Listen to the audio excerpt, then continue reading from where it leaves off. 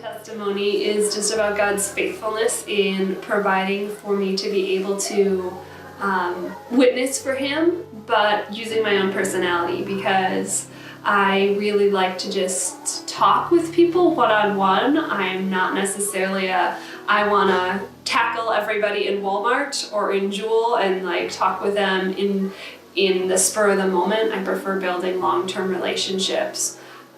So after we had our message on evangelism, I was not even thinking about it necessarily, but I just got called into work early. My coworker could leave her shift early, so I got there early and we just started talking and we started having a conversation, and I felt like the Lord just opened the door up, just based off of the topics that my coworker was bringing up, and she would be like, what about this? And talking about where she's coming from with her sets of morals, and I was able to, it was my favorite type of topic because it was like philosophy, and it was very cerebral, but it was also conversations that we'd been having for a year. We were able to bridge that gap from just having conversations to actually talking about God and talking about some of the things that she had questions on of the Bible, and she's like, I don't mean to be rude, but can you answer this question about Genesis, and how come there are two different versions of two different versions of the creation story? And I'd be like, oh, that's an easy question, that's such an easy answer, here, let me explain how, we talk about things in the chronological, and then we'll talk about things more topical, and that's just a very easy way to explain it. And then I was able to pray for the same coworker. She had a pain, and I was like, hey, can I pray for that? And I did, and I talked to her later, it didn't get healed, but the testimony for me was just God's faithfulness in giving me opportunities to meet the weekly challenges that we've been having. I really feel like my opportunity to witness or to just talk about God after the message on evangelism was because of the church's prayers and because we are focusing so much on evangelism. And I think evangelism doesn't have to look like necessarily the examples we get in church on Sunday, because we each are individual people made in the image of God, and so God can use us in the ways that He designed us. And it was just really reassuring to be able to have that as such a natural way to experience that.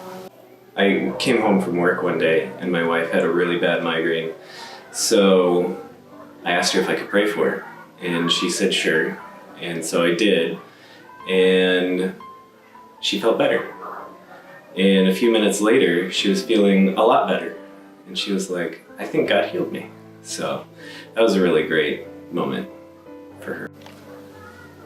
So a while ago, I was at this point where I had found out that someone really close to me had died.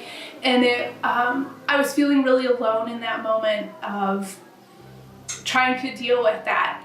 And I was praying and I was worshiping God, and I said, I know you're enough. I know you tell me you're enough, and I know you are enough, God, but I really need somebody physically present. I really need you to be physically present. I need you to show me that you are physically present with me. And that weekend, I ended up going somewhere that I didn't expect to go. There was this reminder that popped up on my phone about a worship weekend event, and so I went.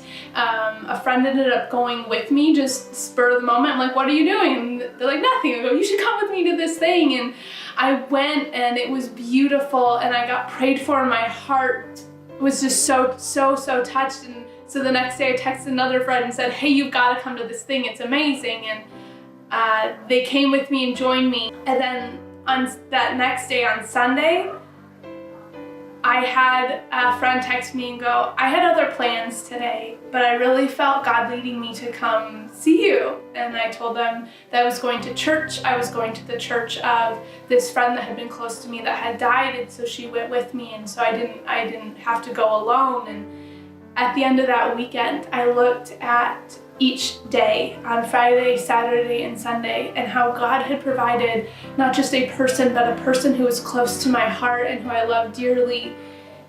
And He let me not be alone. And He showed how He was physically present with me and answered the prayer so specifically. I have truly found God. I just lost my husband 26 years and I had a really rough month, and I just pushed into the Lord, and I have found such a peace and a calm. I feel Him with me every day. I feel my husband with me every day, and this is a feeling like no other. And I am so incredibly grateful for God being there walking with me and not letting me go. I was at a men's conference called the Walk to Emmaus, and it's non-denominational. There's Lutherans, there's Catholics, there's Pentecostals, etc. About 80 guys. One of the exercises was they asked us to think about a God moment. We got up the next day and we all had to give a testimony. I thought, gee whiz, what'll I talk about? And I remembered something. Up until a few years ago, didn't have one grocery store in Spring Grove. So we were getting a new Jewel food store. Amazing. And we watched it.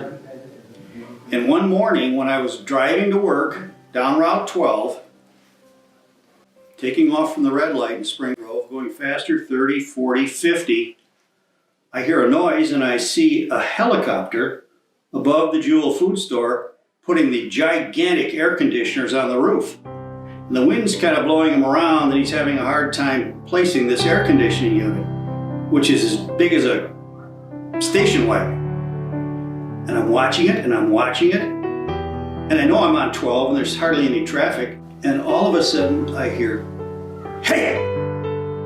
And I look forward on the road and I stop on a dime.